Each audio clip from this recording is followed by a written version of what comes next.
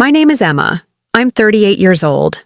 I've been married for 12 years, and I have a 10-year-old son who's the center of my world. Before I became a full-time mother, I used to work as a freelance illustrator. These days, I mostly manage the house, the schedules, the meals, the small, invisible things that hold a family together. That night, we were sitting at the restaurant where he proposed. Linen tablecloths, soft lighting, the sound of silverware brushing against porcelain. It was our anniversary. 12 years. His phone lit up on the table, face up, like always. I saw the name, not mine, followed by a series of heart emojis, then another message, and another. He didn't flinch, just smiled between bites of risotto, telling me about a meeting I'd already heard about twice. I didn't ask. I didn't touch my fork for a while.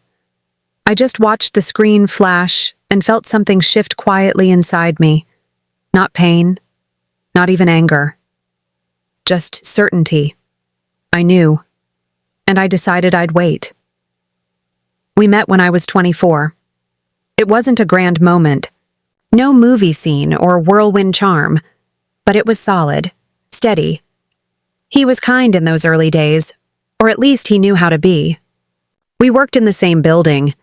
I'd see him in the elevator most mornings, both of us balancing coffee cups and deadlines. We started talking slowly. First about nothing, then about everything. When we first moved in together, we didn't have much. The couch was a hand-me-down from his cousin. The dining table was missing a leg cap, so we folded a napkin and wedged it underneath to stop the wobble. I used to sketch at night, sitting cross-legged on the floor with my drawing pad propped against a shoebox. He'd sit behind me, playing guitar quietly. Those were the good years. We laughed a lot. We made dinner together even when it was just pasta. We didn't have money, but we had time, and we gave that to each other freely. I married him because he made me feel seen. At least I thought he did. He asked about my work, brought me coffee while I was drawing, told his friends I was talented. I remember once he said, "You make everything more beautiful just by being around." I carried that sentence like a treasure for years, maybe too long. Things started to shift after our son was born. He was born early, 3 weeks before the due date. It was a quiet night. I remember the hospital lights and the way my husband held him, nervous but proud. For a while, it felt like we were pulling together. Like we were learning how to be parents side by side. But gradually, I noticed him pulling away. He began staying later at work. At first, it made sense. More bills, more responsibility. I didn't question it. But then the affection started to fade, too. Small things. The way he'd avoid eye contact when I spoke. How he'd stop holding my hand in public. When I asked him about it, he'd shrug it off. "You're tired. I'm tired. That's all this is." He always had a way of making me second-guess what I was feeling. After a while, I started noticing how short he was with me. If I forgot to buy the right coffee or left the laundry too long, he'd sigh like I was a burden. I found myself apologizing for things I wouldn't have noticed before. I'd say sorry when he stepped on a toy our son left out. I'd say sorry when dinner was 10 minutes late. Sorry for asking about his day. Sorry for being tired. I thought maybe I was the one unraveling, so I suggested therapy. I remember sitting across from him on the couch, holding a brochure I'd printed out. He took it, skimmed it, and said, "You think we're that broken?" I told him I just wanted to feel close again. He agreed to one session. He spent most of it talking about his deadlines and how I wasn't as easygoing as I used to be. The therapist asked him what he missed about me. He couldn't answer. We never went back. Still, I kept trying.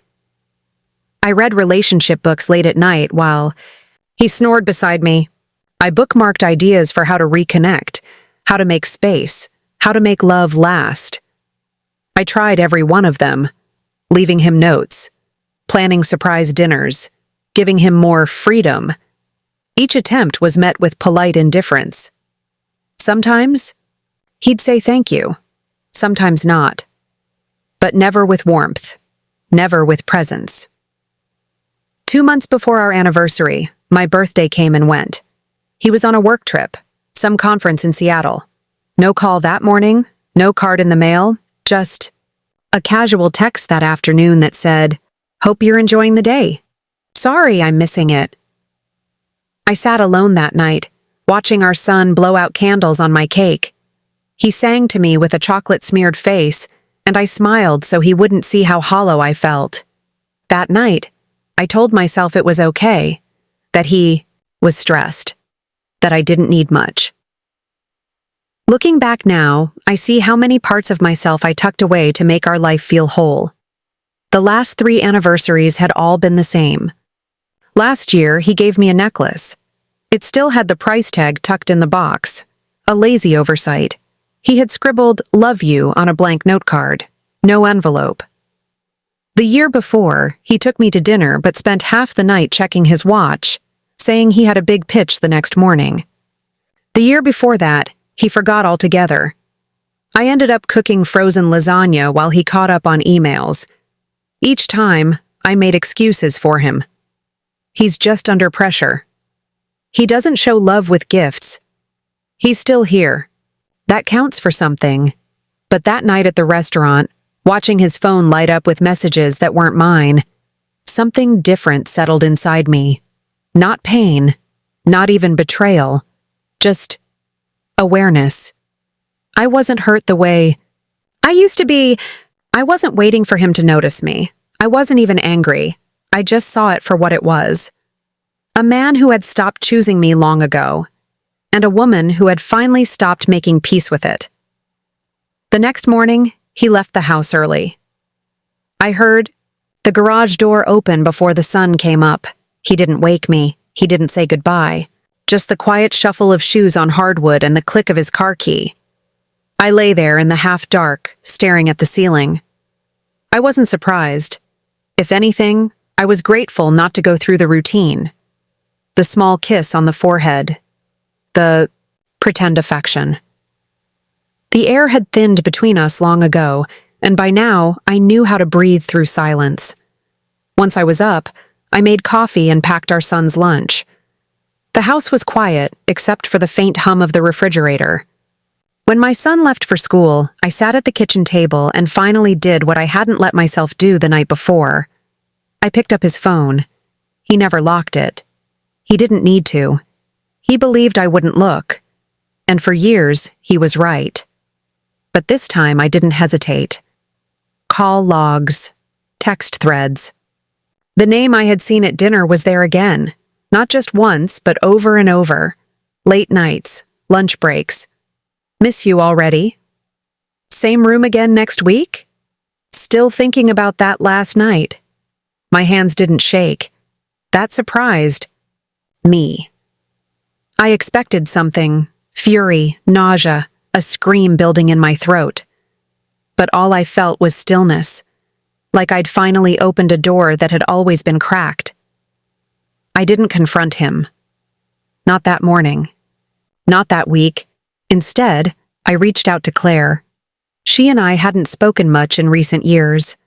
Life pulled us in different directions, but I remembered her fierce kindness, and I remembered that after her own painful divorce, she'd become a lawyer, a good one. She replied within the hour. "Come by the office, no pressure." The next day, I sat across from her in a quiet room that smelled faintly of printer ink and lavender hand lotion. Claire looked older, not in a tired way, but in a knowing way.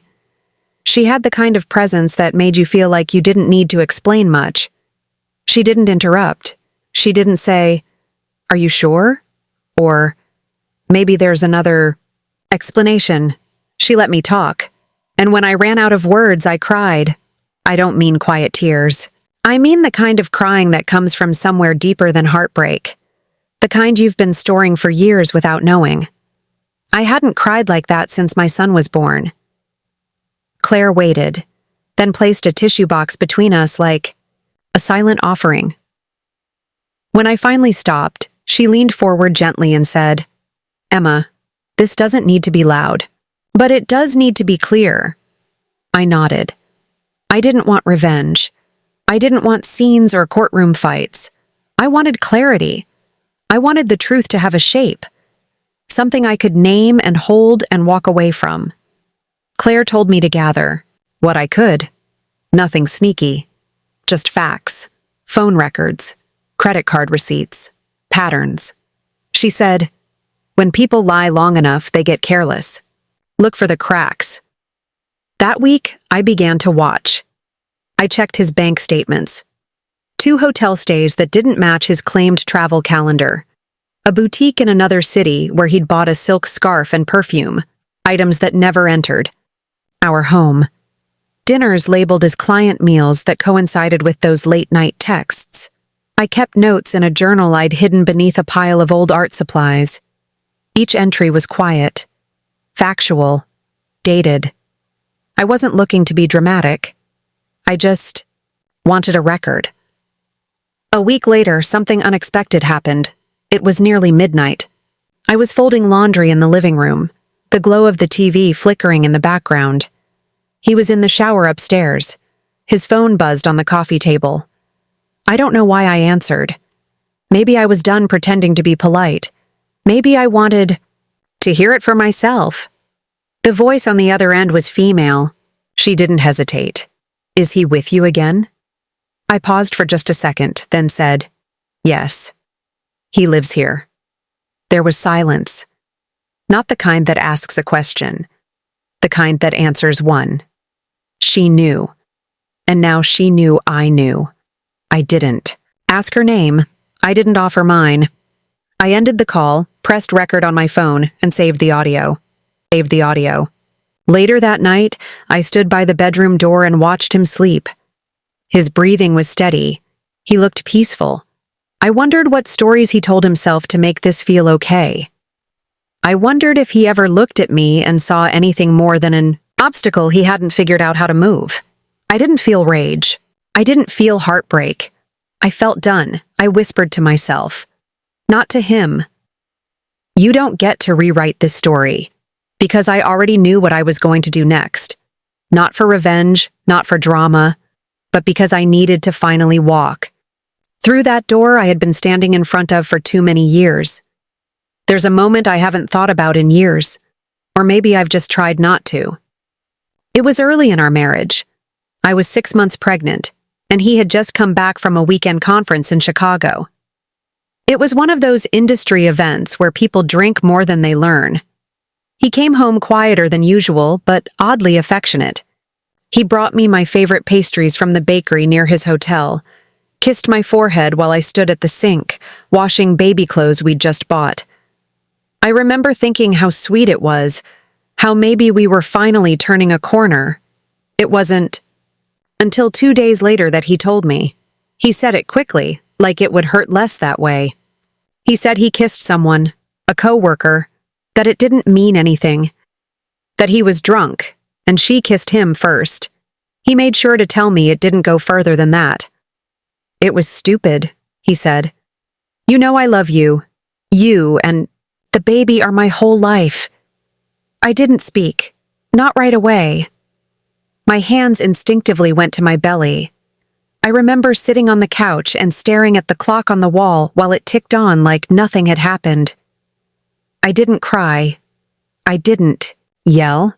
I just felt like something fragile inside me had cracked a little. Quietly, invisibly, he cried. That part, I remember more clearly than anything. He cried harder than I did. Kept repeating that he was sorry, that it would never happen again, that he was scared, that being about to become a father had messed with his head. I nodded like I understood, even though I didn't. When I told my mother weeks later, she didn't look surprised. She sighed, that long, tired kind of sigh, and said, "Men like him don't change. They just get better at hiding." Then she touched my hand and added, "But you do what you think is best for your baby." I held on to that phrase like permission. For what? I wasn't sure. But I took it to mean I didn't have to leave if I didn't want to. And at the time, I didn't want to. I wanted to believe him. What I didn't realize then was how deeply I had been trained to accept silence over conflict. I grew up in a house where quiet was the default. My father didn't yell, he didn't hit, but he also didn't listen. He'd come home, eat dinner, and retreat to his den. My mother filled in the gaps. She apologized when things weren't her fault. She smiled even when she was tired.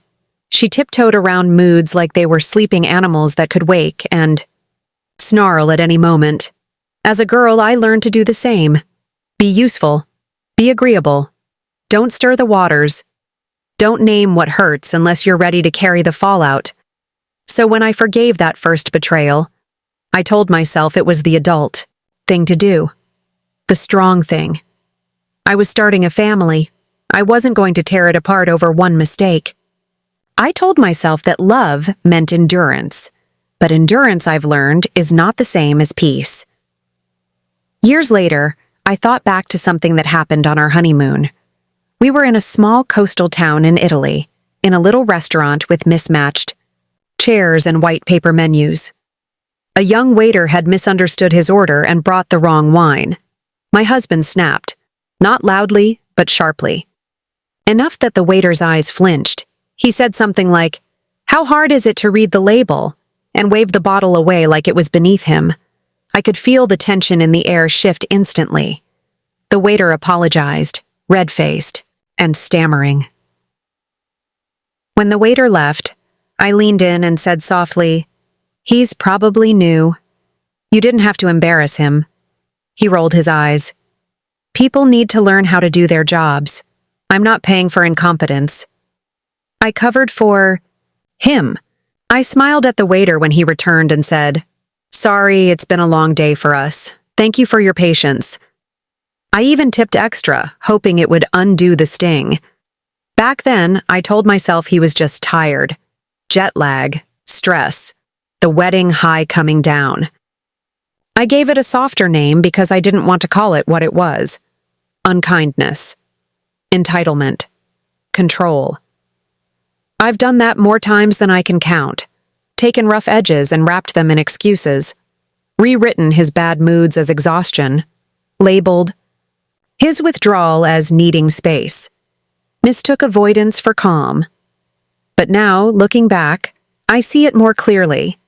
The patterns were never sudden. They were seeded early in how he handled mistakes, how he responded to vulnerability, how he made his needs feel urgent while making mine feel like burdens. The betrayal at that anniversary dinner didn't appear out of nowhere. It was just the moment I finally stopped translating his choices into something softer. It was the moment I began to tell the truth. Not to him, but to myself. After that night, after the phone call, after the stillness that followed, I knew I didn't want to waste time wondering anymore. I didn't need more signs. What I needed was clarity and a clean path forward. So I hired a private investigator. I told my husband I had been approached about illustrating a children's book series, that I'd need to do some research about travel and family themes. He barely looked up from his phone when I said it, just nodded and said, "Sounds good. Let me know if you need help with the contract." The investigator, a woman named Sylvia, met me at a small coffee shop 3 towns over. She was calm and unassuming. No dramatic trench coat or spy gadgets. Just a laptop, a worn leather notebook, and quiet precision. I gave her what I had. Dates, hotel charges, the number that kept appearing. She listened more than she spoke. When I asked how long it would take, she said, "Long enough to be thorough. Short enough not to waste your time." 10 days later, I had answers. The kind that come with proof, not just feelings or suspicions. Hotel receipts, credit card charges, ride-share logs. Even a few candid selfies posted to an account under a different name. Him at a winery, an arm draped around his shoulders. A woman's laugh frozen in midair. Sylvia laid it all out in a manila folder and said, "You're not crazy. You're just done pretending." I thanked her and walked out with the folder tucked under my coat like something sacred. I met with Claire the next morning. Her office felt different this time, less like a lifeline, more like a launch pad. We spread everything out on her desk, records, timelines, bank statements, screenshots. She didn't react. She just began typing. By that afternoon, we had a rough draft of the separation documents, custody split, asset division, contingency plans. She was efficient, surgical, not cold, but clear. And that clarity became a mirror I hadn't realized I needed. That night, I sat on the couch while he watched TV 2 feet away from me. I created a new email address, something neutral. I found the woman's number, the one that had lit up, his phone like clockwork, and traced it to a linked social account. Her bio read something like, "In love with a complicated man." I sent her a message, "Don't worry, he'll be yours soon." No reply, no reaction needed. Then I planned the dinner. It wasn't revenge. It was release. I invited my in-laws, my parents, and one of his oldest friends, the one who had introduced us years ago. I told them it was for our anniversary, a small private dinner at home. He seemed surprised when I mentioned it. "Really?" he asked. "After last week?" I smiled. It feels like the right time. I cooked most of the day. Something about chopping onions and folding napkins calmed me. It gave my hands something to do while my heart prepared itself. The table was set by 6. Candles. Wine. The good plates we'd gotten as a wedding gift and used maybe twice since. Everyone arrived a little after 7. There was small talk, laughter. No one noticed the small device on the corner shelf, my phone, angled toward the table set to record. He sat at the head of the table, smiling like a man who believed he had managed to pull everything back together. He poured wine, complimented the roast, asked his father about golf. Midway through the meal, I stood up. "I have something to share," I said calmly. He looked at me, confused, maybe a little amused. I reached for the speaker I'd hidden behind a vase and tapped play. It was his voice, from a voicemail I'd retrieved. "I can't stand her anymore. She just drains me. Always asking questions, always needing something. I'm just tired of pretending." The room fell silent.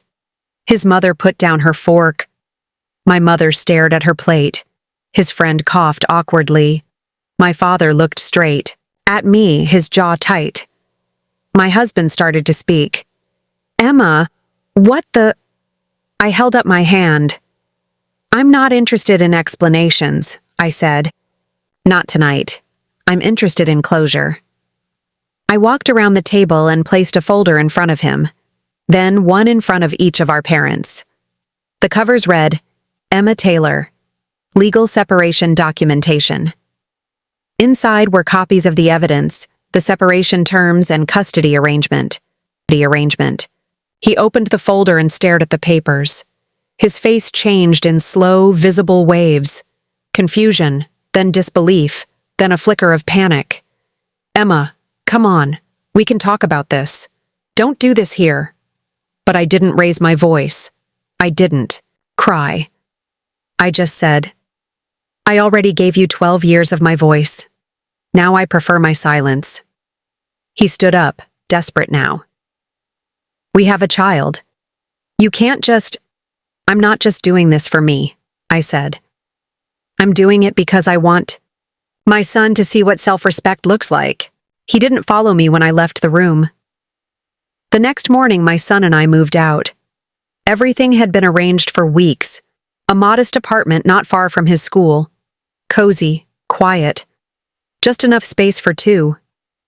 Claire had handled the logistics. The lease, the utilities, the school notification. All I had to do was pack the things that mattered. He sent texts later that day. Long ones. Apologies. Denials. Regrets. I didn't respond. I didn't need to. I blocked his number. Blocked hers. Blocked every road that led me back to the version of myself who would have answered, because that woman had spent years holding the walls up. And now she was finally free to walk away from them. It's been 8 months now. I live in a modest apartment on the edge of town. It's quiet. The kind of quiet that doesn't feel like absence, but like breath. The walls are bare in some places, still waiting for pictures I haven't decided on. Most of the furniture is secondhand. A mismatched dining set, an armchair that creaks when you sit down, a bookshelf I found at a garage sale. But every piece was chosen by me, for me. And that's a kind of peace I didn't know I missed. My son adjusted faster than I expected. Children have a way of adapting when the air around them becomes lighter. He sleeps better now, laughs more, freely. Sometimes I catch him humming to himself in the morning while brushing his teeth, a sound that feels like its own small victory. He asked me once, just before bedtime, why we didn't live with Daddy anymore. I paused before answering. Not because I didn't know what to say, but because I wanted to say it in a way his young heart could carry without confusion. I sat beside him, brushed a strand of hair off his forehead, and said, because I wanted us both to live somewhere, safe, somewhere full of truth and calm. He looked at me for a long moment, then nodded, as if he already understood more than I gave him credit for. The divorce finalized quietly. Claire handled almost everything. I didn't go to the final hearing. I didn't need to. The signatures had been done weeks earlier, the legal lines drawn clean. There were no countersuits, no fights over property.